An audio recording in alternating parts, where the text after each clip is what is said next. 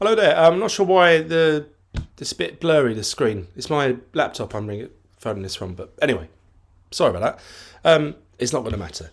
So I wanted to do this video for a while, talking about the middle classes and something I would say intermittently over the last few years when I was talking to my friends, the people that are also woken up that I've met through, this, that we're going to need the middle classes to wake up. And this has all led to the point where I stopped using Romy Tomlinson, the Lord Voldemort, who must not be mentioned, as a way of waking up middle class people, because I'm sorry, his image is just too tainted. It's incorrect. Obviously, it's all lies about him. But you don't have to wait that long before there's another video out of him having a fight. And it's just like, sorry, I can't, people are just going to go, no, he's a thug. Anyway, so I don't want to label this on the old TR guy. But now we are getting middle class people that are now speaking up and doing very well. And they are going to be far more palatable. So I'm going to mention two here. There's Richard Vorbes. Is it Richard Vorbes? Who's the guy that looks like he was the presenter from the Crystal Maze. And Dr. John Campbell, and there will be countless others out there that are all doing it. John Oliver, although I don't know whether you call him middle class, but he's very palatable to the middle classes. They're all saying lots of true things, and I encourage them to carry on, and I want their channels to be really successful. I'd like mine to be really successful, but I've sort of given up on the effort really, because, heavily censored, I would say.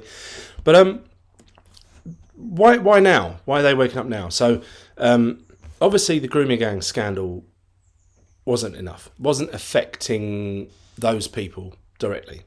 Now, some of them obviously would just wake up, see an injustice and be horrified by the injustice. But, it wasn't happening to their daughters, was it? The daughters of doctors and lawyers and chartered accountants and all the academic types, they weren't getting groomed and raped. But then in 2020, we had this virus that took over everything and was used as a reason to inflict tyranny on pretty much the entire world. And this has woken up a lot of people. A lot of people have seen all of the consequences, the forced medical procedures, the death tolls, just the journey of watching. So should be Dr. John Campbell. What an honest man, to have such a strongly held faith in the very system that he worked within all of those years, to be able at his extended years, and not a lot of other people can do this, to go, I'm wrong. They're terrible. What they're doing is awful. So credit to that man. Really, really greatly respect him. And the other guy I mentioned there, Richard Vorbes. Again, really, really waking up a lot of people. It's just a really sweet, nice man, and I want him to be extremely successful. What's happening? Tyrants can't stop being tyrants. They don't go, wow, look at what we've achieved. We've got this thing. If we stick with the status quo, we are just gonna have the best life ever. We've got all these billions of people that are there to be subservient to us, to we can control to a certain extent, and we should just stop there. But they can't. Obviously, they have an end goal, and I believe their end goal is for there to be a lot less people. Carbon in the form of humans on the planet, and they've been doing a pretty bloody good job of ensuring that for the future, and so they can't stop, and they're going to lose. The culture war has now, I can say officially, has been won. It's not finished yet, the culture war, but you're just going through, the Nazis are in their bunkers, they're all sort of quickly getting married and committing suicide and all that sort of stuff. And so that part of the culture war, I believe, has been won. And it was won when they started attacking parents for wanting to have a say in the upbringing of their children, and whether the children should have medical procedures and surgeries that would mutilate them and ruin their lives forever and make them enslaved to the pharmaceutical industry. And what were you thinking? How on earth did you think that you could win that? You lose there.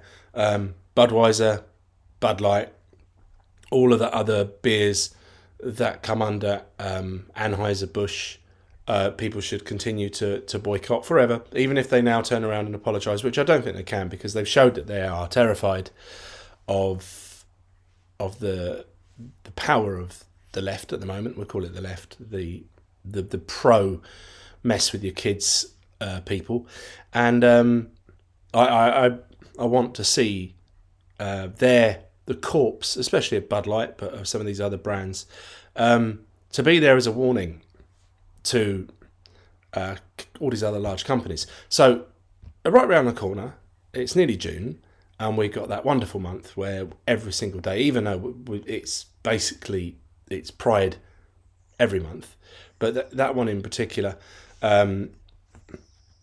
obviously we look forward to seeing all of these huge corporate businesses change their logos to insert a rainbow of some sort, and I'm looking forward to when they start getting attacked, like internally. So you'll have the human resources departments, because that's where. So a little tangent. Human resources is where I believe that the institutions have been taken over, and that was no one saw it coming. People weren't paying attention. They snuck into human resources. They planted their flag, and they were able to influence businesses. And if you don't think human resources have that much power, say, over the CEO or something like that company, you really need to look into it.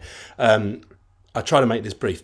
I was once an executive head chef at a very, very big hotel in Bristol, and I lasted there 6 months because I was caught between an ongoing war between human resources and a general manager that had a grandiose ideas about how amazing this hotel should be, 24-hour room service with lobster on the menu, and breakfast menu to have caviar omelettes. I mean, just the guy was out of his mind. It's Bristol.